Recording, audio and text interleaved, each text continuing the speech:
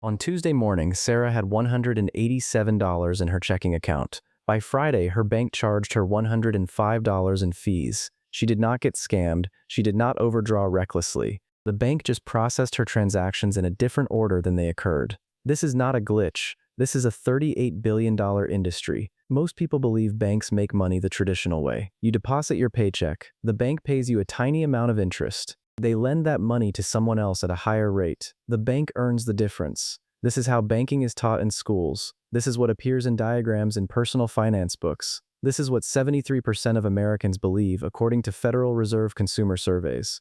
The checking account itself is seen as a service, maybe break even for the bank, possibly even a loss leader, to get you in the door for more profitable products like mortgages and credit cards. The conventional wisdom says just do not spend more than you have, track your balance, be responsible. The fees only hit people who are careless. The reality is different. Consumer banking divisions at major banks generate 25 to 40% of their revenue from fees, not interest rate spreads. Overdraft and non-sufficient funds fees alone total $38 billion annually, according to 2022 Consumer Financial Protection Bureau data. But here is what makes this a system rather than random bad luck. 9% of account holders pay 84% of all overdraft fees. These are not random customers scattered across all income levels. They are systematically the same demographic. The average checking account customer with steady deposits and a comfortable buffer pays $0 to $40 per year in fees. Customers living paycheck to paycheck pay an average of $600 to $800 per year. Account holders with less than $350 average balance pay 10 times more in fees than those with $2,000 or more in average balance. In 2016, before scandal-related reforms, Wells Fargo alone made $1.4 billion in overdraft fees. This matters to you personally because the system is not neutral. Banks internally categorize accounts by fee generation potential. Documents from 2010 Chase internal training materials released during litigation literally refer to low-balance accounts as high-yield customers. The yield is not from lending your deposits. The yield is from fees extracted when your balance runs low. Consider Marcus. He is 28. He makes $45,000 per year as an assistant manager at a retail store. He gets paid bi-weekly. His rent is $1,250, car payment $380, student loans $220. He does everything right. He budgets, he tracks his spending. He does not use credit cards because he wants to be responsible. He still pays $600 to $700 per year in bank fees. The question is not whether Marcus is bad with money. The question is why his bank uses 4 specific mechanisms designed to manufacture overdrafts from responsible behavior. The first mechanism is transaction reordering. Banks do not process transactions in the order they occur. They process them in whatever order generates the most overdraft fees. The most common method is called high to low posting. The bank processes the largest transactions first, even if smaller ones came earlier in the day. Here is the math. Marcus has $180 in his account on Monday morning. During the day, he makes 5 transactions in this order. 7 in the morning, coffee, $4.50. 12:30 in the afternoon, lunch, $12. 3 in the afternoon, gas, $35. 6 in the evening, groceries, $65. 8 at night, his rent autopay processes, $1,250. If the bank processed these transactions in chronological order, the order they actually occurred, here is what happens. After coffee, he has $175.50. After lunch, $163.50. After gas, $128.50. After groceries, $63.50. After rent, $-1,186.50. That is one overdraft fee of $35. Total fees, $35. But here's how the bank actually processes it using high to low posting. Rent processes first, $-1,070. Then groceries, $-1,135. That is overdraft number 1, $35 fee. Then gas, $-1,170. Overdraft number 2, $35 fee. Then lunch, $-1,182. Overdraft number 3, $35 fee. Then coffee, $-1,186.50. Overdraft number 4, $35 fee. Total fees, $140. Same transactions, same person, same day, $105 difference based purely on the order the bank chose to process them. A 2010 federal audit of bank overdraft practices found that reordering transactions increased overdraft fees by 40 to 90% compared to chronological processing. Banks collectively made an estimated $15 billion annually from reordering alone before regulatory pressure. Bank of America, Wells Fargo, and Chase all faced class action lawsuits between 2010 and 2017 over high-to-low posting. Combined settlements exceeded $500 million. None admitted wrongdoing. Many simply renamed the practice or restructured fee schedules rather than changing the fundamental mechanism. This is not a glitch in the system. This is the system working exactly as designed, and it gets worse. The second mechanism is the gap between available balance and actual balance. When you check your account, your bank shows you two numbers. Your actual balance is what you really have. Your available balance is what the bank lets you spend. They are almost never the same. You only overdraft based on available balance, which the bank manipulates. Here is how it works.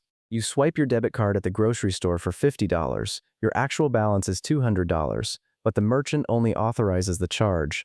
They do not settle it until 2 to 3 days later. Your bank immediately deducts $50 from your available balance, but not your actual balance. You check your account, it shows $200 actual balance, but you only really have $150 available.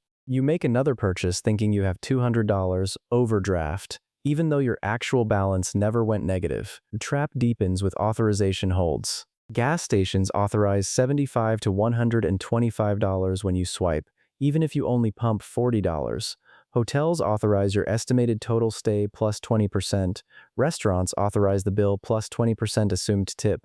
All these holds reduce your available balance for 3 to 5 days, even though the actual transaction is much smaller. Marcus pumps $35 in gas. The bank holds $100. He has $180 actual balance, but now only $80 available. He buys groceries for $65, thinking he has plenty of money. Overdraft. 3 days later, the gas charge settles at the actual $35, releasing the $65 hold, but the overdraft fee already hit. The Consumer Financial Protection Bureau found that 23% of overdraft fees occur when the actual balance is positive, but the available balance is negative. The customer never actually spent more than they had. The bank's authorization system just made it appear that way. Why does this matter to you? Because you cannot manage what you cannot see. You check your balance, you think you know what you have. The bank is using a different number. You are making decisions based on false information the bank is deliberately showing you. The third mechanism is strategic processing delays. Your paycheck deposit takes 2 to 5 business days to clear, but when you spend money, it leaves your account instantly. This asymmetry is not a technical limitation, it is a policy choice. Banks can make funds available immediately. They do for wealthy clients. They choose not to for regular checking accounts. Marcus gets paid bi-weekly via direct deposit on Friday. His rent auto-pays on the first of the month, which falls on a Monday. His paycheck hits his account Friday at 6 in the evening. The bank's funds availability policy says direct deposits post at end of business day but are not available until the next business day, which is Monday. His rent processes Monday morning at 6, before the deposit is marked available. Overdraft. Same money, same account. The timing is engineered to generate a fee. The Federal Reserve's own payment systems can settle transactions in under 60 seconds. Banks' internal systems can process instantly. They do for wire transfers, which carry fees. The delay is artificial and profitable. When Marcus overdraws, the fee posts to his account within 60 seconds. When he deposits money to cover it, the money takes 2 to 5 business days to be available. The fourth mechanism is cumulative fee structures. Overdraft fees do not stop at 1.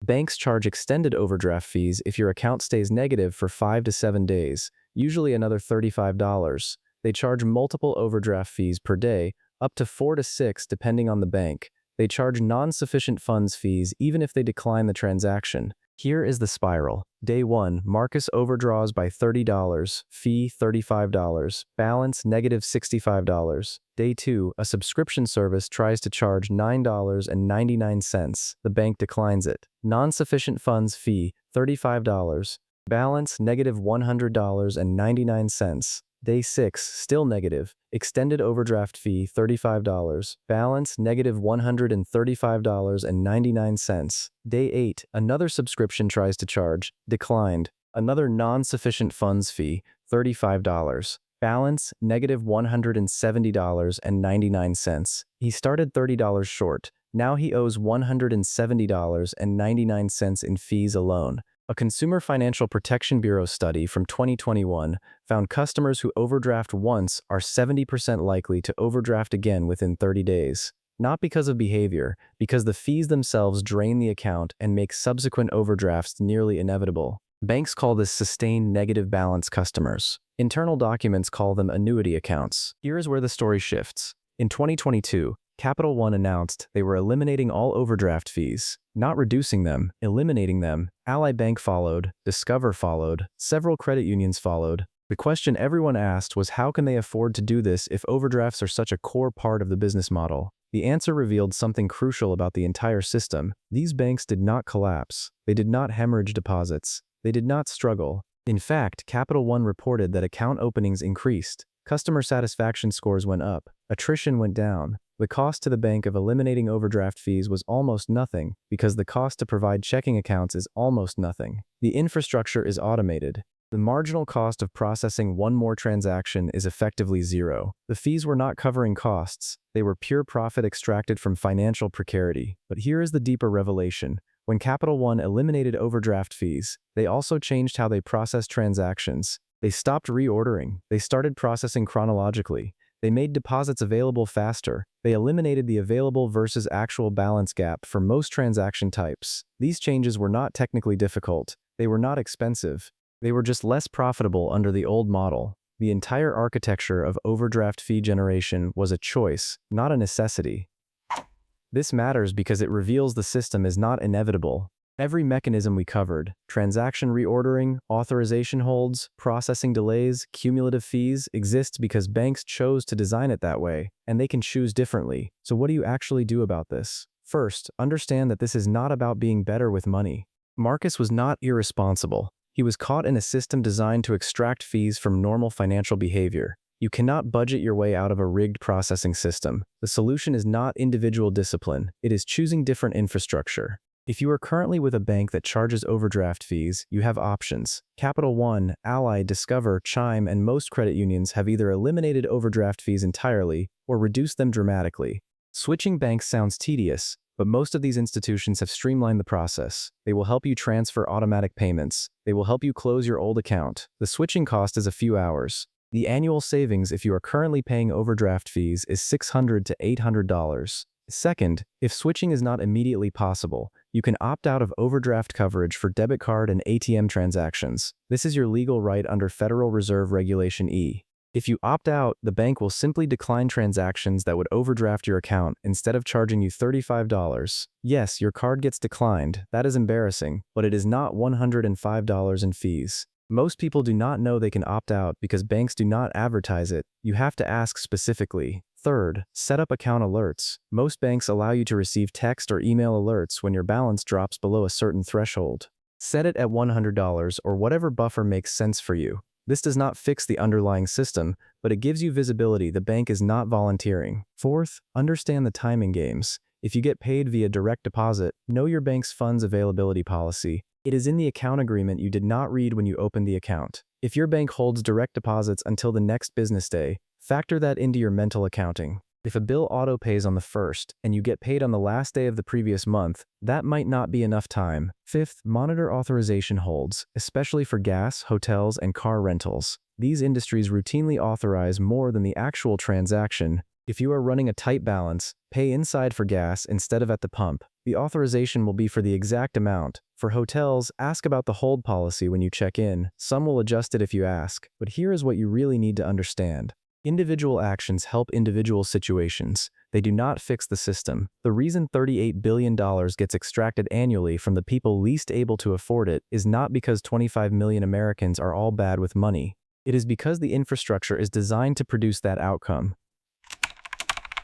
The policy conversation is starting to shift. The Consumer Financial Protection Bureau proposed rules in 2023 to limit overdraft fees to actual costs, which they estimated at around $3, not $35. Several states are considering legislation, but the banking industry is fighting hard because this is not a small revenue stream. $38 billion is real money. It funds executive compensation. It funds lobbying. It funds political contributions to ensure the system stays in place. You should care about this even if you personally never pay overdraft fees, because this is a direct transfer of wealth from the poorest households to the most profitable industry in America. 40% of Americans cannot cover a $400 emergency expense, according to the Federal Reserve. These are exactly the customers banks extract the most fees from. The system is designed to profit from financial precarity. That is not a side effect. That is the business model. Marcus makes $45,000 per year. His take-home after taxes is about $2,800 per month. He pays $595 per year in bank fees.